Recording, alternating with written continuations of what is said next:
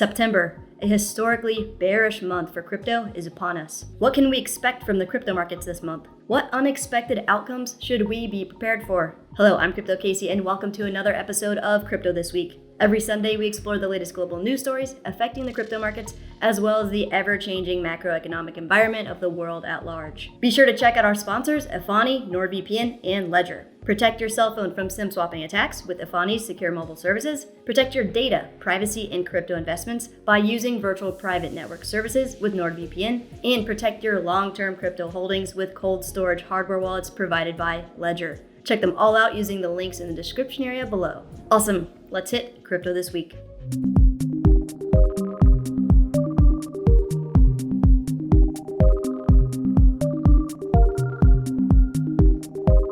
Big short investor Michael Burry warned the biggest market bubble in history would end with the mother of all crashes. He just hinted the collapse is now underway. Burry has suggested the S&P 500 could plummet by another 53% before bottoming out. And if you haven't yet, you can check out my video guide that goes into more detail about Michael Burry's market predictions by clicking on the link above. Burry isn't the only one with an extremely bearish outlook. The market is in a super bubble, says perma-bear Jeremy Grantham. Prepare for an epic finale. Every historical parallel suggests that the worst is yet to come. Investing legend Jeremy Grantham warns that stocks are in a bubble eerily similar to the biggest in history, all of which resulted in crashes of 50% or more. And even Burry and Grantham aren't the only ones calling for a massive drop on the horizon. Millions will be wiped out, Robert Kiyosaki says.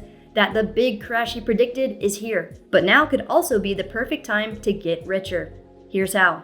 And he proceeds to list silver, oil, and fine art. As we've been discussing together on the channel, the best thing we should focus on is increasing our knowledge, skills, and ultimately income and income streams during this bear market in order to maximize our potential investment opportunities over the long term. Sweet.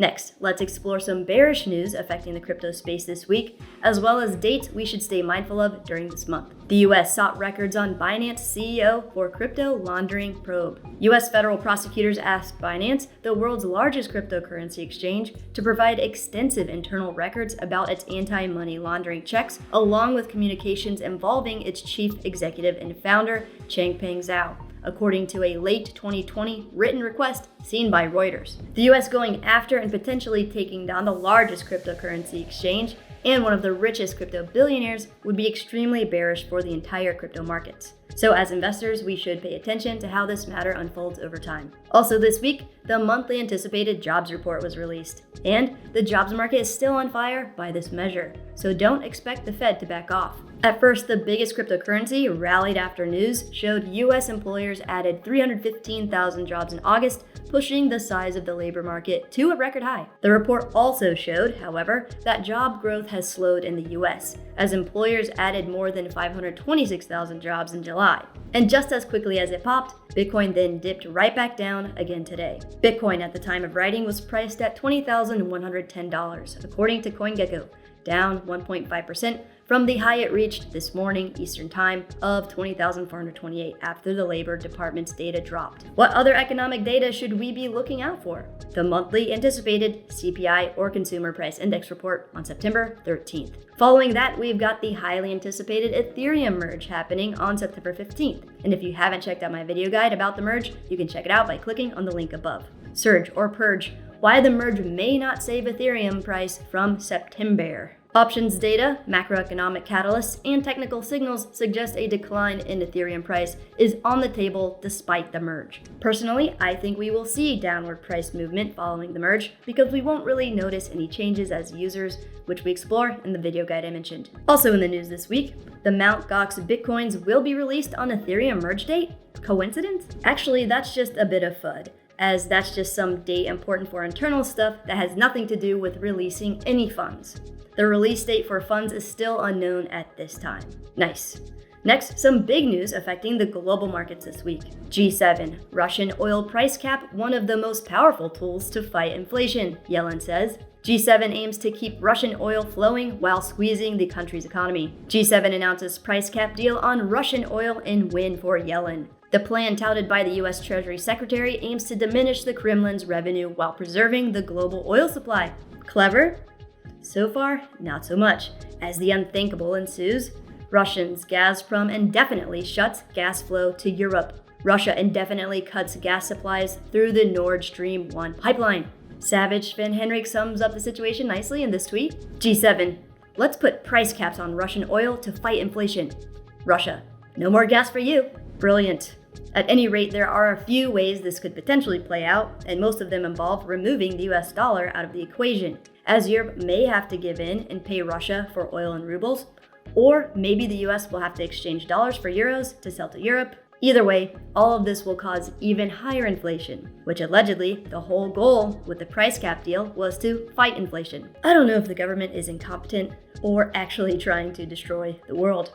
Let me know what you think in the comments below. Definitely a great time for Ethereum to move from energy-intensive proof of work to environmentally friendlier proof of stake. So what can we do to protect ourselves during these unprecedented crazy times? Well, Peruvians are buying crypto to hedge against inflation and political instability. Amid government corruption, investigations, and economic imbalances, one of the most stable countries in Latin America is turning to crypto as a store of value. So even if we are in a super bubble heading towards a grand market collapse, focusing on what we can control instead of what we can't will be our best bet from a mindset perspective. And what we can control is choosing to focus on gaining knowledge, skills, and working on increasing our income as long-term investors to again be able to take full advantage of potential opportunities on the horizon. Cool.